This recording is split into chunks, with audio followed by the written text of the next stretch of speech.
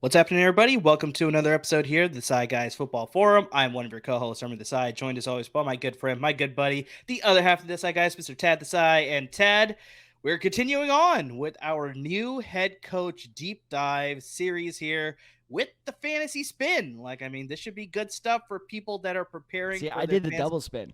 There you go. Because this is the second episode. You got to throw in the Oh, second there one we here. go. So All nice. right. See, you're thinking ahead of me. This is why we work well together. So people are obviously preparing for fantasy leagues. You know, it's going to be here sooner than people think. You want to get in preparation. So it's always be good to be prepared. And so, yeah, that's what this series is here for, breaking down those new head coaches, how their schemes and their coaching styles and the players that have been acquired by the team through the draft and the offseason, how that'll all play into fantasy situations. So, Tad, I'm ready to get started with episode 2. How are you feeling about this? Well, I'm feeling really good about this series, but speaking of series, I got to ask you a question first because I'm very happy with last night's scenario. I guess scenario is the right word there, whatever. But last night in the NBA Finals, how that played off, thank God your Warriors are finally back in the mix because I swear to God, if you let the Celtics win this, I am never going to forgive you. You are personally responsible for everything the Golden State Warriors do from here on out. Yeah, it was definitely a good bounce back win. I wasn't too worried after that game 1 loss. It was well, that makes one of us. It was a little disappointing to see them totally crumble in the fourth after having that huge lead. But you know what? I was like, they're an experienced team. They'll be able to overcome it. It was a very fixable issue. And yeah, they came out and they win by a final score, I think, of 25. Oh, God, if it was like 20, 25. So, all I know 20. is Tatum had a minus, what was it, 31, 36? 36, I think, yeah. Plus minus God. of minus 36. Yeah, it was, worst in franchise history in the finals. What were the odds on Tatum being the finals MVP? Because, whew. He's been struggling. If anyone took that bet, ooh. He's been struggling, and that's the thing that worries me going forward is that if he ever has a game where he completely goes off, that can hurt the Warriors. But, hey, if you're betting on these, NBA finals, we definitely want to connect you with our partners at BetOnline because our partners at BetOnline continue to be the number one source for all of your betting needs and sports info. Find all the latest odds, news, and sports development, including this year's NBA Finals. Obviously, you got the NHL Hockey Conference Finals going on. Pretty soon going to be the Stanley Cup Talk about Finals. That Avalanche team. Jesus. Yeah, Ryan Dyrud is a very happy Avalanche fan right now. Shout out to Andrew Reel, one of my best friends, also an Avalanche fan. You obviously got some MLB regular season action going on. You got the UFC fight stuff and boxing. And, of course, this is the NFL podcast. You can bet on those NFL futures with the, team wins and losses, the awards, MVP, Rookie of the Year, Defensive Player of the Year, all that stuff. So make sure you partner with our friends at BetOnline. Head to the website or use your mobile device to sign up today to receive 50% welcome bonus on your first deposit. Just use the promo code BELIEVE, that's capital BLEAV, and get the 50% welcome bonus on your first deposit. Once again, that promo code is capital BLEAV, BELIEVE. Bet online where the game starts. So yeah, we obviously are glad to be partnering with them, but Tad, I'm glad to be partnered with you on this new head coaching series. Let's definitely keep this going. Let's definitely keep this going and break down our new head coaches that we want to discuss today, and that is Doug Pederson with the Jacksonville Jaguars and the team that you selected, the Chicago Bears, with your former coach of the Indianapolis Colts, not head coach, obviously he was a defensive coordinator, but Matt Eberflus is now a head coach with the Chicago Bears. So we're going to break down the Bears first. I pass the baton to you, good sir. All right. Speaking of NFL futures, you want to talk about a team that is building toward the future and honestly doing it in a pretty smart way.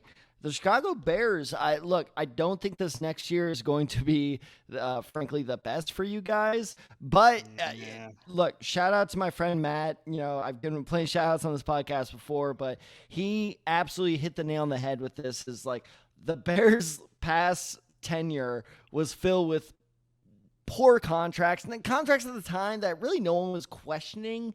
It was like, okay, I kind of get that. And they just, you gambled and you kept losing. It happens. Unfortunately, it happens. So what this tenure is doing right now, this new face of the franchise in the Eberflus, what they're doing is basically, we're shedding off these big contracts, or we're just going to, live them out to the end of them, and then we're going to start rebuilding. So, okay, I don't think this next year is going to be the best, but going forward, I think they have some real potential. So before I go any further, let's get into Eberflus's past. So Eberflus was a linebacker at Toledo. He played under two notable coaches during his playing career. One was Gary Pinkel. Remember, have you ever heard of him? This sounds familiar, but I have no idea. Okay, we'll get back to him. Do you want to guess who the second one is? One of the most notable coaches in all of football. This shocked me when I saw it. Ditka? Nope. I have no idea. He was a defensive player under Nick Saban. Saban, okay. Nick Saban coached for 1 year at Toledo before he left for the Cleveland Browns OC job. That shocked me when I saw that. Interesting. So he was a former player under Nick Saban, Gary Pinkel, who, again, I'm just about to get into. So after his playing career was over, never really worked out in the NFL, so he went to go keep coaching under Gary Pinkel at Toledo, and then Pinkel took the job at, this is why I know him, Missouri. Okay. So Gary Pinkel is unquestionably the best coach in Missouri history. He was there for the Chase Daniel, Jeremy Maclin days. Amar, you should know this name because one of your favorite players almost murdered him. Gary Pinkel and Brad Smith, they both rose up together in the college ranks. In case you are wondering what I'm referencing, just YouTube Patrick Willis, Brad Smith. See what happens. Dirty ass play. Yeah, let's move past that. Yeah. Let's just try to bury that like Patrick Willis tried to bury Brad Smith. But anyway, so Gary Pinkel is that is one of my childhood heroes. As he turned Missouri into an absolute powerhouse. Like, they were number one in the country multiple times. I still remember when they upset the Sam Bradford, Oklahoma team to become number one in the country. I got it right after a while. Give me a break. So anyway, this guy's, his mentorship is off the charts. So finally makes his jump to the NFL. He goes from the Browns to the Cowboys. Honestly, he was one of his main mentors in the NFL was Rob Ryan. So, say what you will about the guy, but he's smart. And then he finally got a shot at defensive coordinator with the Colts. Fun little story with that is he was hired after that goddamn backstabber, Josh McDaniels, took the job. So he was actually supposed to be McDaniels' DC. And then when, the turncoat decided to stay in New England only to go to Las Vegas, good luck with that, you mother effer. But I'm not bitter. Why are you giving me that bitter face? I'm not bitter. Son of a bitch. But anyway.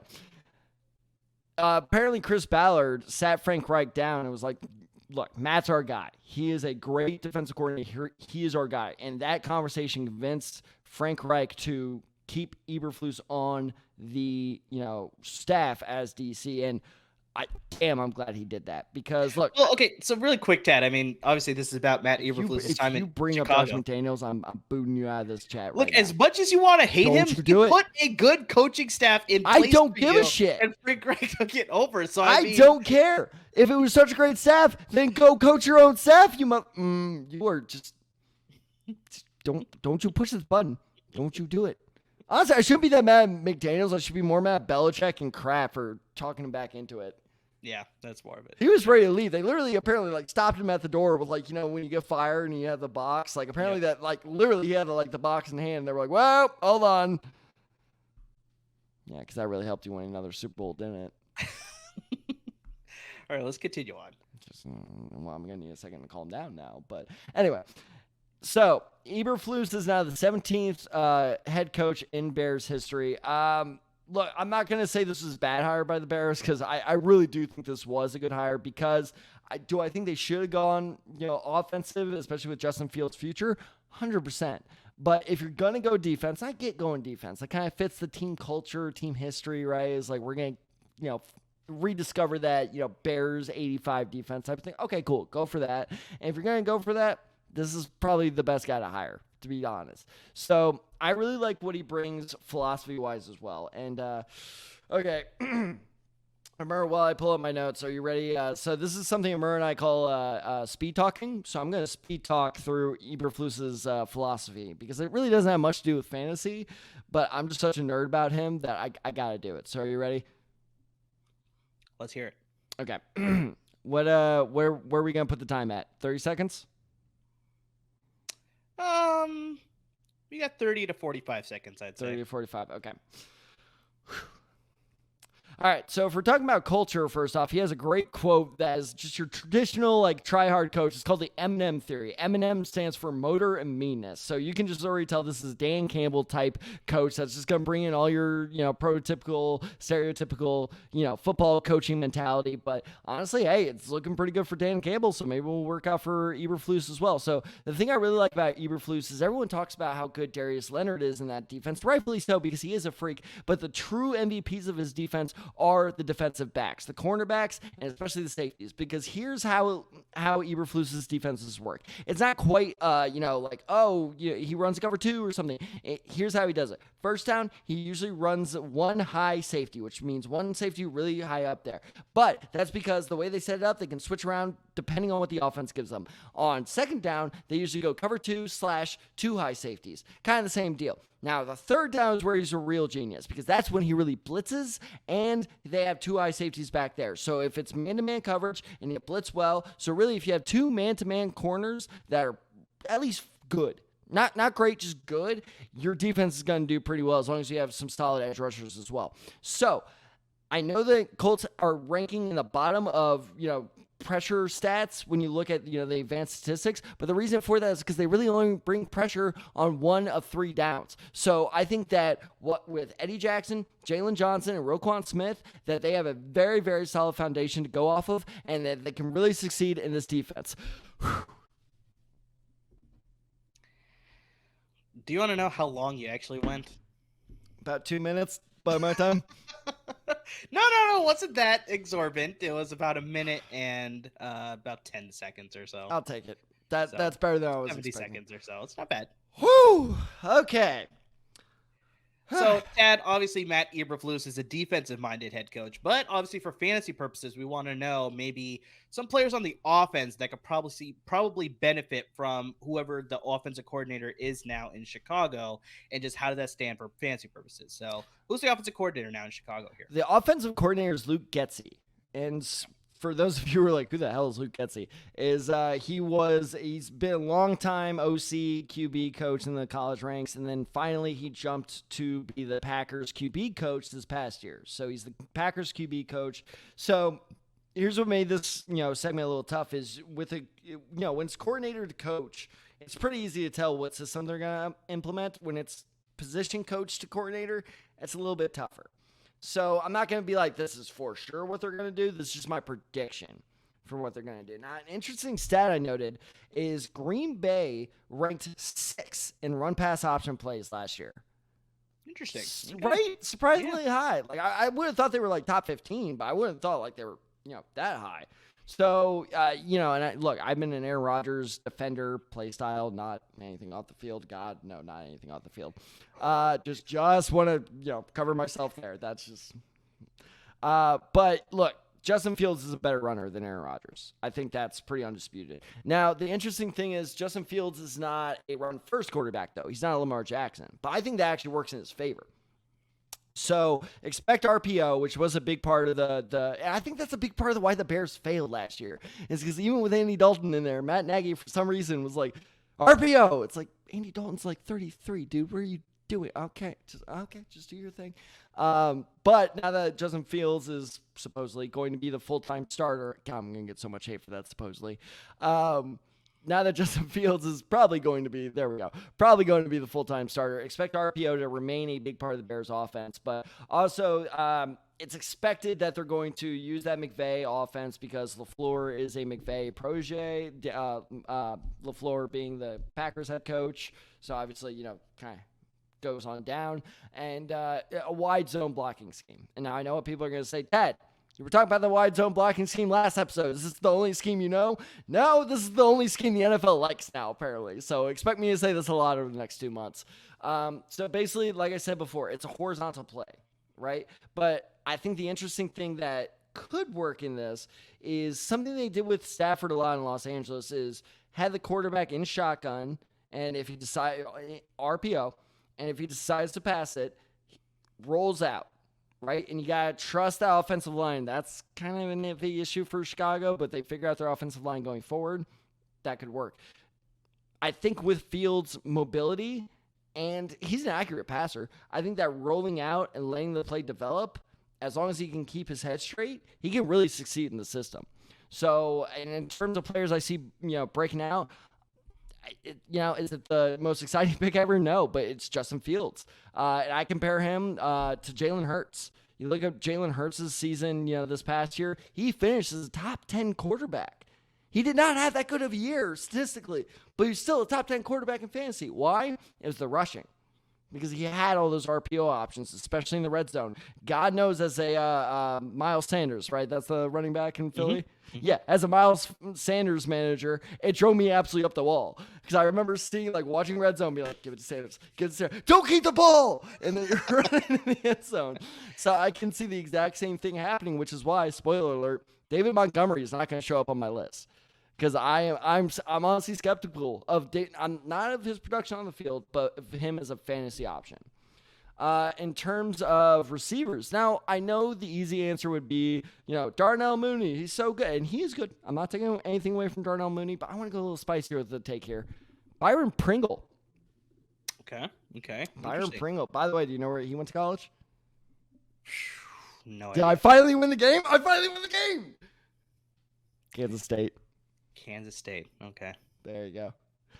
So anyway, but Byron Pringle proved himself to be a pretty dependable weapon in Kansas City. I just don't really think he ever got his fair share of looks. So let's not forget Darnell Mooney also struggled with injuries. So there's a good chance that Byron Pringle becomes the number one receiver in Chicago should Darnell Mooney go down. And even if he doesn't, he's a number 2 option with at least now a solid-looking quarterback and a pass-happy offense. So Byron Pringle could be one of those sneaky good pickups. I don't recommend drafting him, but definitely keep your eyes out for him on the waiver wire those first 2 weeks. And my final pick is I'm going to do the thing. I struggled on this final pick, but I'm going to do the thing. I feel like we do this thing every year. Cole Kmet. Okay, let's hear this one. Look. We've said this on the show before. What do young QBs love more than anything? It's the safety valve tight end. Safety valve tight end, baby. They love them. Their security blankets, which are tight ends. That's basically my only argument. He's a solid tight end. He's a talented guy. I just don't think Nagy knew how to use him properly. He's easily the best tight end on that roster. He's not putting up with any other competition.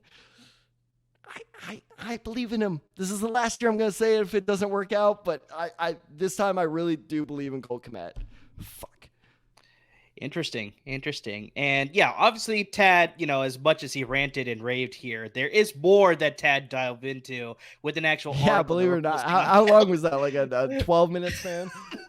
There is more that Tad got into with Matt Eberflus, the Chicago Bears, and the Fantasy Outlook. So make sure you tune in to the LAFB Network website for that article that should be coming out hopefully later this week for you guys. And yeah, let's jump into the next head coach that we want to discuss. We teased it earlier. It is Doug Pederson and the Jacksonville Jaguars. So after taking a year off, Doug Pederson is back in the NFL here. I think the more that people want to forget the Urban Meyer era in Jacksonville. Why do people want to forget that? That was such a wonderful era. Well, for you, baby. He was dancing with random girls at the bar. He was kicking his kicker. It's just like... So, okay, yes, I do admit it was such a fascinating year. It was great. I love when football fans go like, "No, I hate reality TV." I'm like, "Bullshit! You just don't like the right type of reality TV." Because that was reality TV at its finest. Yeah, and I mean, it was just like I said, fascinating to see everything that went down. There was a fantastic article on The Athletic that some guy just dove into everything, and it was just so crazy, just all the stuff that happened during that year. And just, yeah, as a Jaguars fan, though, I think they want to put that past them. Now they bring in a veteran head coach. I mean, I sort of talked about this in our last episode with Lovie Smith, but Doug Pederson is one of those guys that it's like, he comes from an old school mentality. So it's like, I'm probably going to reiterate a lot of the things I brought up with Lovie Smith, but this is actually something that the Jaguars could use. They need to sort of establish an identity with them, establish a good sense of offense and defense, just like simple fundamental football for them to sort of jump back to being competitive in their own division, in their own conference, in the NFL in general. And so I think Doug Pederson can sort of bring that semblance of just fundamental strong football. I mean, the guy can get a free drink at any Philadelphia bar because he brought the Philadelphia Eagles their only Super Bowl in franchise history in just his second year as head coach of the Philadelphia Eagles. Like, I mean, the guy has done it. He's been there and done it. And just, yeah, this is what the Jaguars need. I would love to see Doug Pederson at Patty's Pub. But yeah, obviously before becoming a head coach, he was a longtime NFL quarterback, most notably being a backup for Brett Favre in Green Bay. He actually did play for the Philadelphia Eagles for a short term before he was replaced by the rookie Donovan McNabb in 1999 after just 9 games. Where did he Donovan went back McNabb to go to college?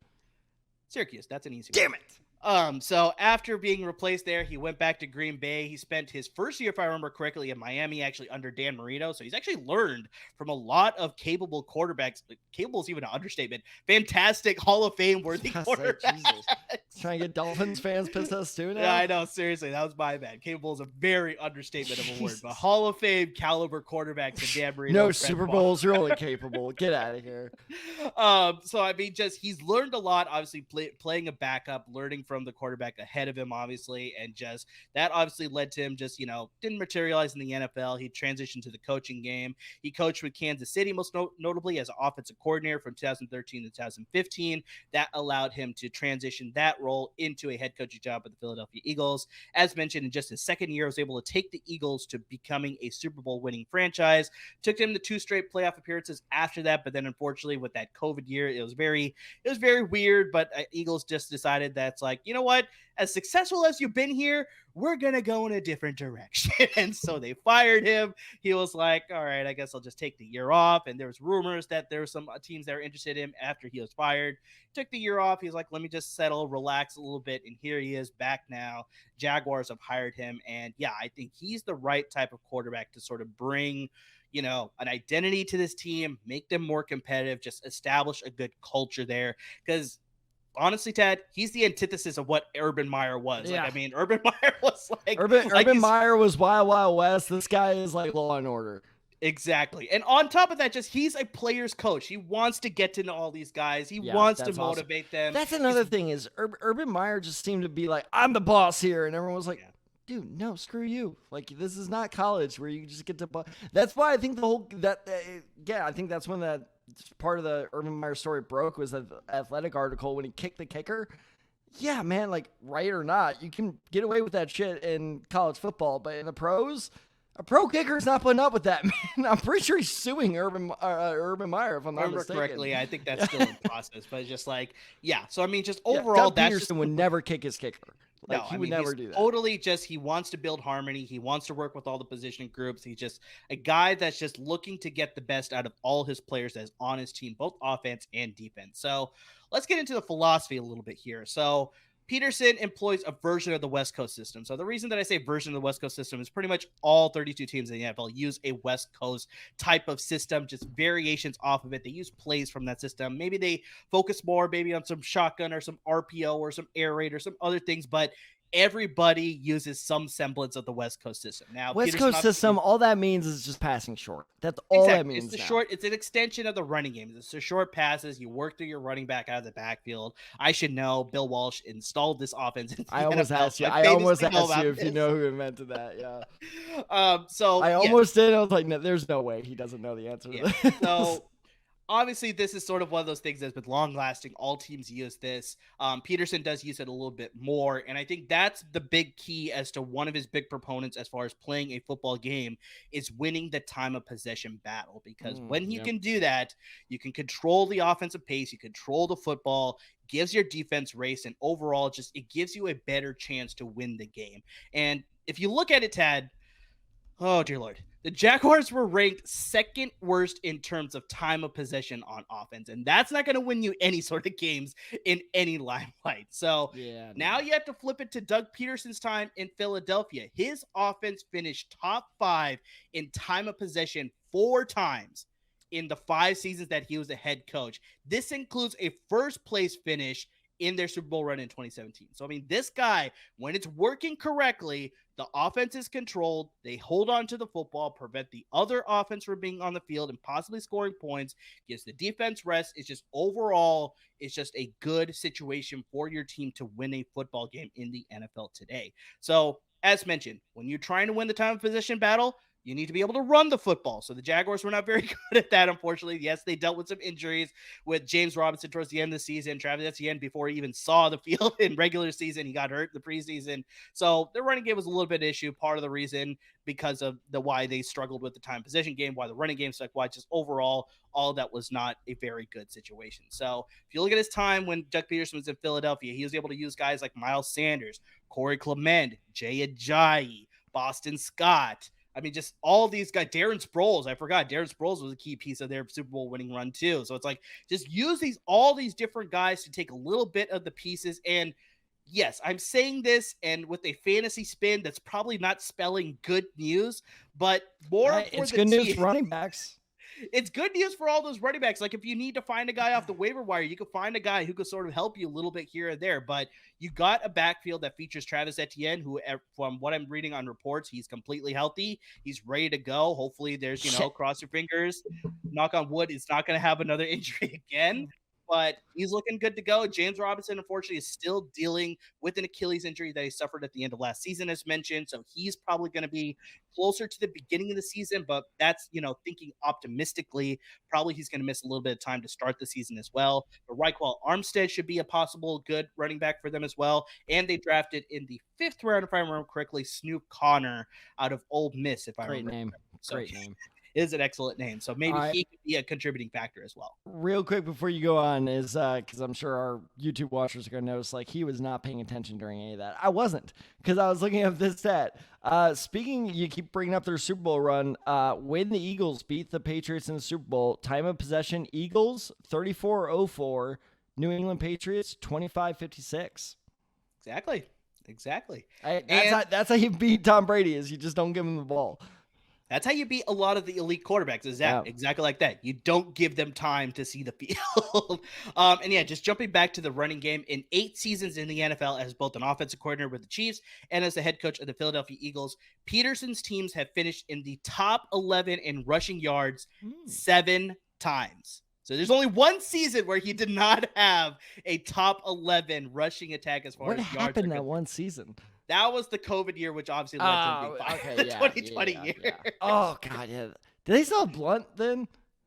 No, I think Blunt was gone at that point. Okay. But yeah, so that's part of the key to winning the time of possession battle is making sure they're running the ball. And so, yeah, like I said, this is very similar to the Lovie Smith approach. He's like, I want to play good defense. I want to establish the run, but this is a very old school mentality that can still work in the modern day NFL, because like I said, it was only just a handful of years ago in 2017 when the Eagles won with this very exact formula. And honestly, jumping back to the Jaguars, that's how they got to the championship game, the AFC title game, because of playing excellent defense and running the ball with Leonard Fournette. So they invested very much a model that can be followed in the modern NFL. I'm not even exaggerating. This is similar to kind of what they invested more money in, a certain receiver this offseason. But last time they were in the AFC Championship, they invested almost $100 million into that defense the offseason before, if I'm not mistaken. It was Malik Jackson. They brought in Calais Campbell. The defensive back that they signed, I'm blanking was on. AJ Boye. AJ Boye. They had Jalen Ramsey already. They had Miles Jack already. I don't think they signed one. Maybe they drafted Miles Jack that year. That's very possible, yeah. I think that might have been what happened. But yeah, basically they invested really... Oh, no, Deshaun Gibson. That's what I was thinking of. It's Gibson, the safety. Yes, it's the safety. Yep, Yeah. You're right. That's exactly. Yeah, so bottom line is, they invested very heavily in that defense. And they did the same thing, but the difference is their biggest investment this year was obviously Christian Kirk, which we'll see. But yeah, with all that said, obviously we want to break down just who stands to benefit. I'm not going to spend a lot of time on this, but first one, you got to start the quarterback, Trevor Lawrence. Obviously, like I said, you got to throw out the rookie year. We don't know what sort of development he got, if at any, with Urban Meyer. Thank you for saying that. I hate how people are just writing off. Look, I'm a Colts fan. I'm saying this. Do not write Trevor Lawrence off yet. No, that rookie year was a total disaster. Such a weird. I honestly feel bad for the guy. Like, what a weird year to be like, maybe face the franchise, me and Urban. Urban's gone. Okay. Shit. Like, that's basically his rookie year right there. Yeah, so I mean, 100% that rookie year was a wash. You got Doug Pederson, who, like I said, played a long time in the NFL with a lot of great quarterbacks. Dude He's took obviously Nick Foles coached to a the lot of Super young Bowl. quarterbacks as well. He helped groom Alex Smith a little bit further. Obviously, helped groom Carson Wentz. He obviously had to groom Nick Foles when Carson Wentz got hurt, took him to the Super Bowl run, sort of thing. So it's like this guy can work with different quarterbacks. I think Trevor Lawrence is in good hands with Doug Pederson. Next guy I want to bring up, actually, Trevor Lawrence's former teammate at the University of Clemson, Travis Etienne. Obviously, he missed his entire rookie year, and it's actually kind of a good thing he missed his rookie year with all of that went on. But just, yeah, he's based on reports. He's looking healthy. He's looking like he's ready to go. They're using him in lots of different formations. There are a lot of reporters are saying he's going to be the Deebo Samuel of the Jaguars offense. Take that for what you want. I'm on your boat now. Can we stop doing this with like every team? We're just like, oh, he's gonna be our Deebo Samuel. Deontay Johnson's gonna be the Steelers' Deebo Samuel. Just stop. Just shut up. It needs to stop. But you know what? I like the versatility because obviously he's a skilled runner, but he's a really good pass catcher as well. So the more versatility that he has, it's don't obviously forget. good Speaking for of the Urban Jaguars Meyer, he drafted him to be a receiver. That is true as a slot receiver. But yeah, I already threw it out there. James Robinson's obviously suffering with an injury. He may not start the season, so it's good to have Travis Etienne there. He can really build a rapport with Trevor Lawrence, which he already has, but in NFL level too. So I expect him to see a good boost. And here's the receiver that I can throw out for you. Obviously, you threw out Christian Kirk. They already have Marvin Jones, but the guy that I want to bring up, Zay Jones. They signed him for the Las Vegas Raiders. That's an interesting one. He's a very good, sure-handed receiver. Towards the end of the season with the Raiders, he became a lot more of a dependable option. Obviously, they acquired Devontae Adams. He obviously had to find a new home. He found it here with Jacksonville, but I could see him climbing up that depth chart and becoming a very key piece for Trevor Lawrence, especially, like I said, we want to implement that West Coast offense. Zay Jones can exactly do that. Crisp route runner, sure-handed. He could take those short yardage, do a little bit more with it. And then obviously that's when you could go to your Christian Kirks, your Marvin Jones, the tight end position, Travis Etienne. But just Zay Jones, he's a name that you want to watch out. Well, and don't forget, Marvin Jones is no, shining example of consistency. So it's not like it's not out of the realm possibility that Zay Jones could take that number 2 job from him. Like, that would not shock me at all if that ended up happening by week 4 or 5 down the road.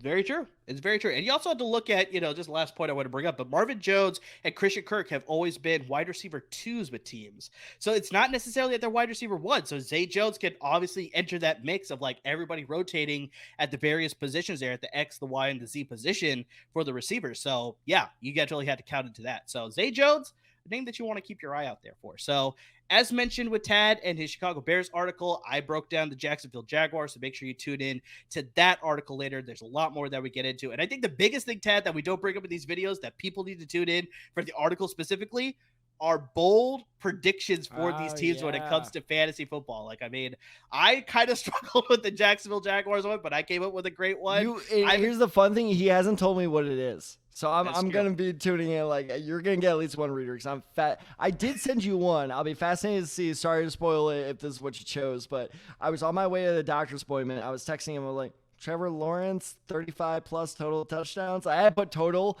because if rushing wasn't in there, there's no way in hell that's happening. That's very true. That's very true. So that's not the one I went with. So I went in a different direction. It should be pretty fun though, either way. So yeah, make sure you tune into those articles. There's a lot of great information in there that we didn't cover in the video, obviously, to get you ready for your fantasy leagues when they're coming around. Like I said, it's going to be here sooner than you think. You're going to be like, oh, I still have lots of time to prep. And then all of a sudden it's the middle of July and you're like, shoot, fantasy football season here already. I'm already ready already. So yeah, make sure you're setting up things right now. Get ahead of the game. Make sure you have that leg up on all of your friends that you're playing with, friends, coworkers, family members, whoever. You don't want to be the one that's missing out on the information. Me and Tad have you covered. And make sure you fulfill your fantasy punishments before next August.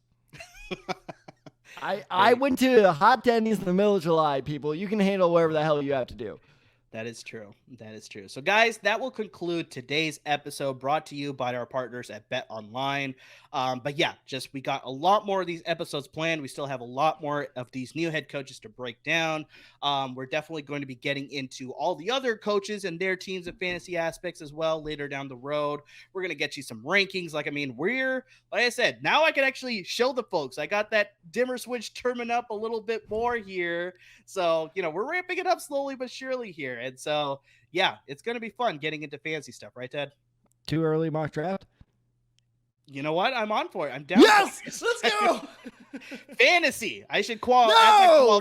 Fantasy podcast. No. We're not doing no 2023 No. Get out of here. Get out of here. No, you get out of here. I'll do a full-on manager, boot me out of this podcast thing. Just gosh, I can. I have the power to do it. I can just click remove right now. You will be gone. That would be amazing. All right, that's my new goal, is to get Emerged just to boot me out of the studio. Oh my gosh, I can't do that to you, buddy. But yeah, we appreciate everybody that's tuning into these episodes. Make sure you go check out those articles.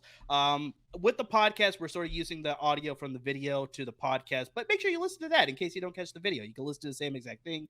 Hit subscribe wherever you listen to your podcast. Hit subscribe here on the YouTube channel, right on the LAFB Network's YouTube channel. We have our own individual playlist. Make sure you subscribe to your articles. I think that's possible if I remember correctly. With the new website design, it may be possible. I'm not 100% of that. Let us know. Exactly. Hit us up on our Twitter handles down below. We got all the Twitter handles down below for you.